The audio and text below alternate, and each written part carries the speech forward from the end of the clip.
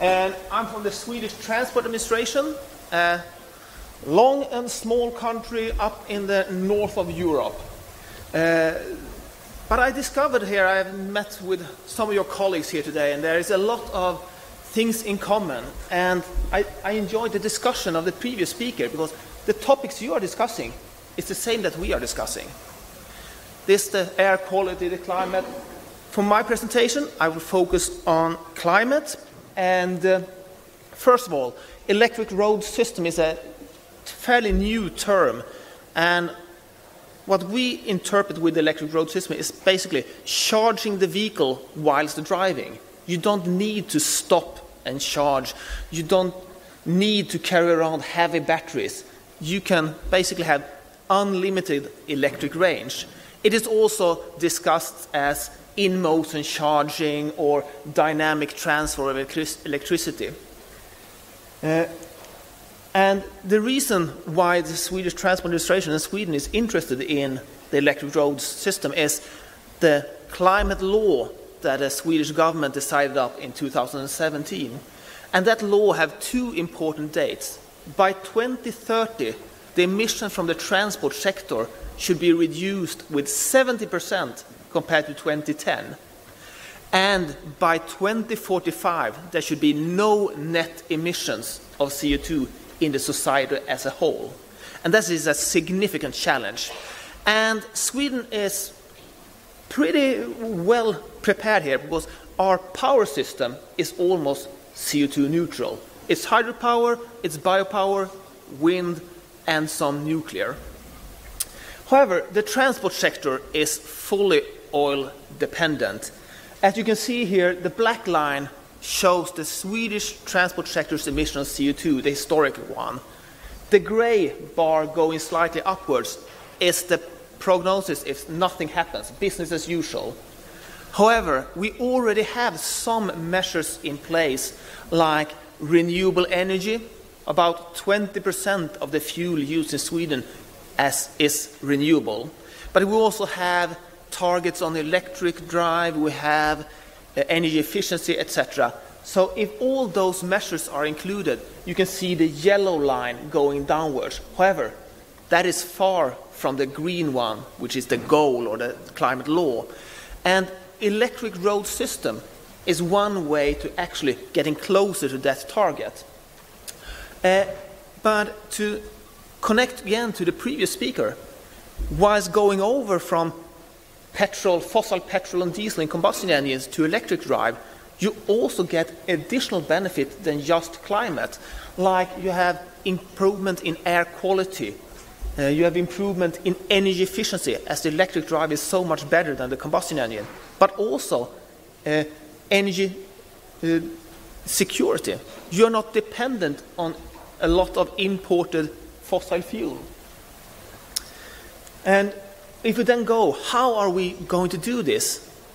About a year ago, we actually got a governmental assignment which ended up in this roadmap, how to actually implement, or first of all, how to investigate if electric road is something for the transport sector, and then how to implement it. And there's four major parts of this roadmap. First of all, we must solve the question of how to finance this infrastructure. Who will own it? And in that, we also have some legal aspects. Because now we are connecting the electric system with the road system, two systems that have been developed fairly much in parallel. Secondly, there are a few technologies already available on the electric road systems. However, they are quite new and immature. So we also have to, meet each technology at its level of development and help them to increase the maturity. Once that is done, we also need to look on the system as a whole, because you have to have access control, energy metering, billing of energy, etc. And that we think can be done, what we call in a big pilot. I will come back to that later. And the last part is to actually create a long-term deployment plan. If we look on the business models or the funding and the ownership, there is a huge difference now when we talk about infrastructure, road infrastructure, that normally you have what we can see within the blue square here. That is building railroads, building roads. It's basically the road owner and some construction company. But now, when we're talking about electric roads, we also need to involve all other actors in that system, and they must find which role they have in this rollout of the new system. And we think that the vehicle manufacturers and the users are quite important to get on board at a fairly early stage. Going then forward on this, getting to mature this system, Sweden already have 2 electric road systems out on the public roads. One in the mid-size of Sweden with an overhead catenary, just as you see at the trams and the trains. Quite old technology, have never been used on the road before. And that was inaugurated in 2016. And the second one is outside the airport of Arlanda, and there's an electric rail in the ground, and that was inaugurated last year. However, we hope to have additional technologies, and you can see them out on the side of the board here. One with an electric rail that you put on top of the road surface, one additional that you are putting into the road surface, and one extremely interesting technology, Electrion's inductive technology, actually a company here in Tel Aviv. So we think that's extremely interesting to see the potential of that one. All of the technologies have their benefits and challenges. And as I said, it's important to let them mature and to meet them at a level of technology. Later this year, there will be a decision of if which of these 3, or maybe all of them, are being put forward to build on the public roads somewhere in Sweden.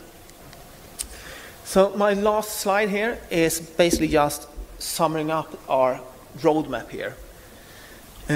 Right now we are working in parallel with the business models, with the demonstrators to have the technologies maturing, and now we're starting our work with this long pilot, and then we're talking about like 20 to 30 kilometers where you're actually going to use it for distributing real freight traffic, and it should be as commercial as possible in a quite, say, unmature technology development. And the last thing, which we hope to be able to present before 2022, is a large-scale deployment plan. And in Sweden, the Transport Administration is basically a fully state belonging to the government, and we get our infrastructure plan renewed every 4th year, and next time is 2022. And by that, then we need to have gathered as much knowledge as possible in order to make a good plan that makes sense for the public, for the private organizations, and also for the state. And hopefully we will not be doing this alone. One of the reasons for being here is to talk with Electrion about their technology, but also talk with some members of the Ministry of Energy and Transport, etc., just to share knowledge and work together. So I think I stop there.